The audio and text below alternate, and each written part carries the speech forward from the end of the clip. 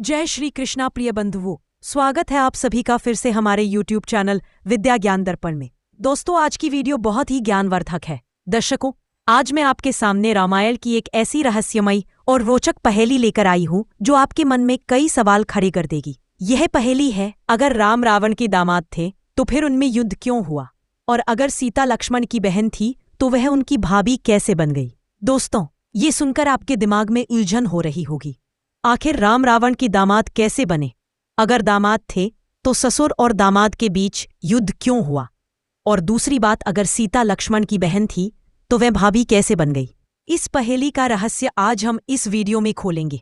लेकिन कथा शुरू करने से पहले मेरा आपसे एक निवेदन है कि आप हमारी वीडियो के समाप्ति होने तक हमारे चैनल पर बने रहें। तो चलिए सीधे पहेली पर ही चलते हैं और जानते हैं इस पहेली का अर्थ क्या है। दोस्तों, सबसे पहले बात करते हैं पहेली के पहले हिस्से की। राम रावण के दामाद कैसे थे, और अगर दामाद थे तो उनमें युद्ध क्यों हुआ? दोस्तों, यह कहानी उस समय की है जब लंका में भयंकर अकाल पड़ा था। रावण, जो एक महान विद्वान, ज्योतिषी और शक्तिशाली राजा था, ने अपनी प्रजा की समृद्धि के लिए संतों और ऋषियों से कर टैक्स वसूलना शुरू कर दिया। लेकिन जैसा कि हम जानते हैं, संतों के पास सांसारिक धन दौलत नहीं होती, उनके पास केवल सादगी, आध्यात्मिक शक्ति और उनके पास कमंडल, वस्त्र या कुछ साधारण चीजें होती हैं। जब संत कर नहीं दे पाए तो रावण, जो अपनी शक्ति और अहंकार के लिए भी जाना जाता था, ने उन पर अत्याचार शुरू कर दिया। उसने संतों से रक्त निकालना शुरू किया और उसे एक घड़े में इकट्ठा करने लगा। एक दिन रावण एक संत की कुटिया में पहुंचा। उस समय संत वहां मौजूद नहीं थे, क्योंकि वे तपस्या या भ्रमण के लिए कहीं गए थे। रावण ने कुटिया में झांका और देखा कि वहां एक घड़ा रखा है जिसमें थोड़ा सा दूध था। उसने उस घड़े में संतों का रक्त मिला दिया और उसे लेकर अपने महल लौट आया। अपनी पत्नी मंदोदरी को वह घड़ा सौंपते हुए उसने कहा, प्रिय, इस घड़े को संभाल कर रखो। इसमें एक विषैला पदार्थ है, इसे कोई ना खोले और कहीं सुरक्षित छिपा दो।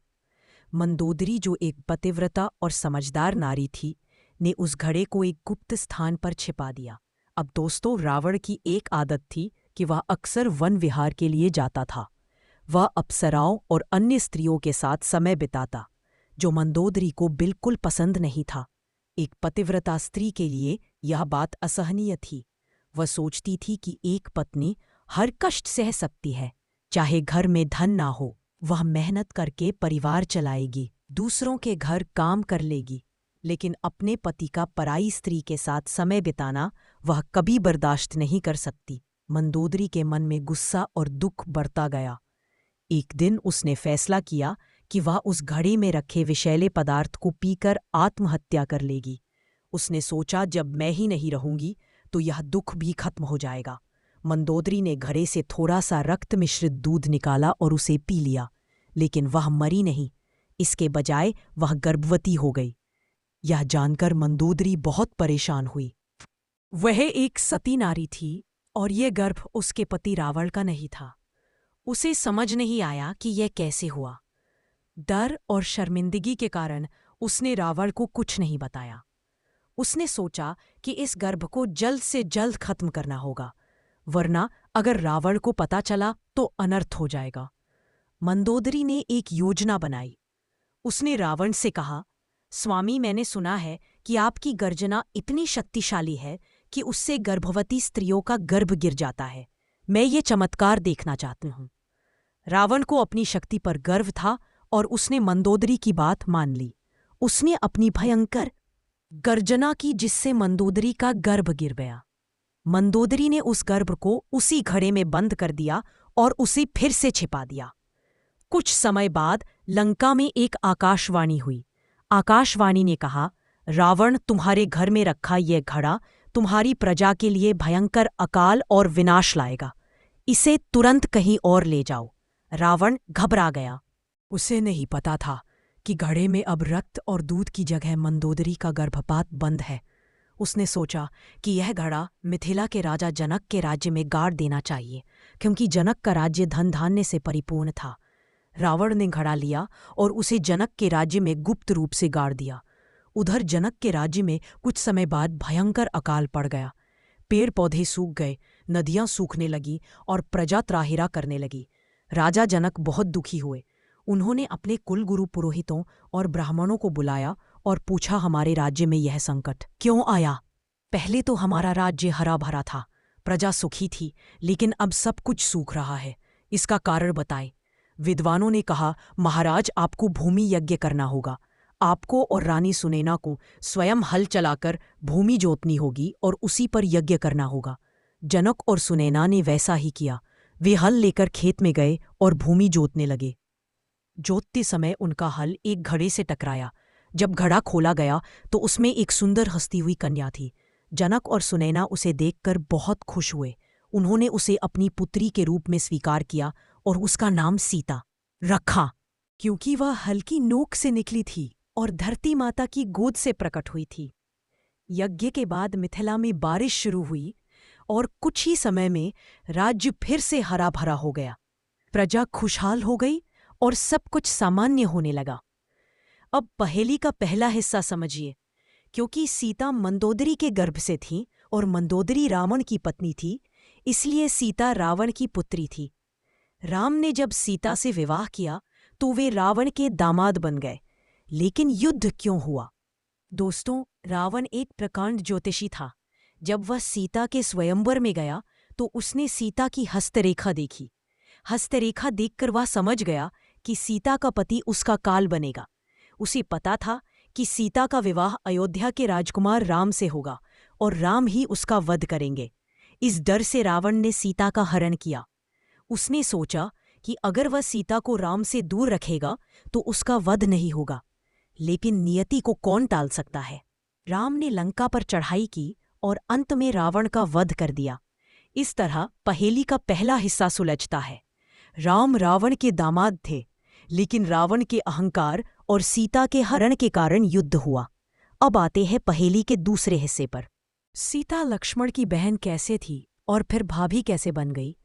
दोस्तों, यह कहानी भगवान परशुराम और शेषनाग से जुड़ी है। परशुराम, जो भगवान विष्णु के अवतार थे, ने भगवान शिव से शिक्षा प्राप्त की थी। वे अपने गुरु शिव को गुरु दक्षिणा देना चाहते थे। कई बार उन्होंने शिव से कहा, गुरुदेव, आप जो मांगेंगे मैं वही दूंगा। लेकिन शिव ने कहा, समय आने पर मैं मांग लूंगा। परशुराम को अपनी शक्ति और विद्या पर अभिमान हो गया और वे बार बार कहते, गुरुदेव बताइए, आप क्या चाहते हैं? मैं सब कुछ दे सकता हूं। शिव ने उनकी परीक्षा लेने का फैसला किया। उन्होंने कहा, परशुराम, अगर तुम गुरु दक्षिणा देना ही चाहते हो तो मुझे शेषनाग की मणि लाकर दो। शेषनाग, जिनके फन पर पृथ्वी टिकी है, यह सुनकर डर गए। पृथ्वी माता भी घबरा गई, क्योंकि अगर शेषनाग की मणि निकाल ली गई तो पृथ्वी का संतुलन बिगड़ जाता। पृथ्वी और शेषनाग ने एक योजना बनाई। पृथ्वी ने एक बूढ़ी माँ का रूप लिया और शेषनाग एक छोटे बच्चे के रूप में प्रकट हुए।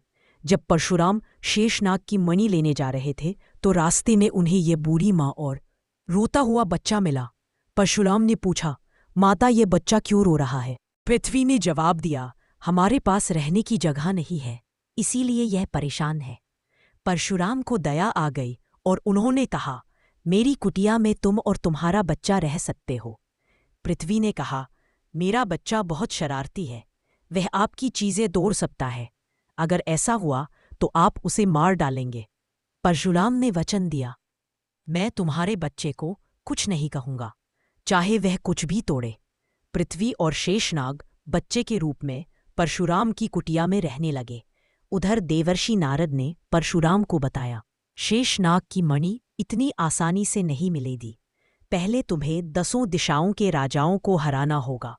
उनके धनुष और अस्त्र शस्त्र इकट्ठा करो, तब तुम्हें मणि मिल सकती है। परशुराम ने ऐसा ही किया। वे 10 दिशाओं के राजाओं से युद्ध करते और उनके धनुष और अस्त्र लाकर अपनी कुटिया में रखते। लेकिन शेषनाग, जो बच्चे के रूप में थे, उन धनुषों और अस्त्रों को तोड़ देते। परशुराम को गुस्सा तो बहुत आता, लेकिन अपने वचन के कारण वे कुछ ना कहते। कहते हैं, परशुराम ने 21 बार क्षत्रियों का संहार किया, लेकिन शेषनाग की मणि उन्हें नहीं मिली। यही शेषनाग बाद में लक्ष्मण के रूप में अवतरित हुए। अब दूसरी पहेली का जवाब समझिए। पृथ्वी माता ने शेषनाग को अपना पुत्र बताया था और सीता भी धरती से ही प्रकट हुई थी। इस तरह पृथ्वी की पुत्री के रूप में सीता और पुत्र के रूप में शेषनाग लक्ष्मण भाई बहन माने गए। लेकिन जब राम ने सीता से विवाह किया तो रिश्ते में सीता लक्ष्मण की भाभी बन गई। इस तरह सीता लक्ष्मण की बहन थी, पृथ्वी की पुत्री के नाते, और भाभी भी थी राम की पत्नी के नाते। तो दोस्तों, इस पहेली का यही अर्थ है जो मैंने संतों को, महात्माओं और गुरुओं से सीखा। राम रावण के दामाद थे क्योंकि सीता रावण की पुत्री थी, लेकिन रावण के अहंकार और सीता के हरण के कारण युद्ध हुआ। सीता लक्ष्मण की बहन थी क्योंकि दोनों पृथ्वी माता की संतान थे, और राम के साथ विवाह के बाद सीता उनकी भाभी बन गई। यह कहानी हमें यह सिखाती है कि नियति को कोई नहीं बदल सकता और अहंकार मनुष्य को विनाश की ओर ले जाता है। अगर आपके पास इस पहेली का कोई और अर्थ है तो कृपया कमेंट बॉक्स में जरूर बताएं। प्रिय दर्शकों, कथा को यही विराम देते हैं। अगर आप भी मेरी तरह भगवान श्री राम के सच्चे भक्त हैं तो कमेंट बॉक्स में जय श्री राम जरूर लिखें। वीडियो को लाइक करें और हमारे चैनल को सब्सक्राइब करना ना भूलें।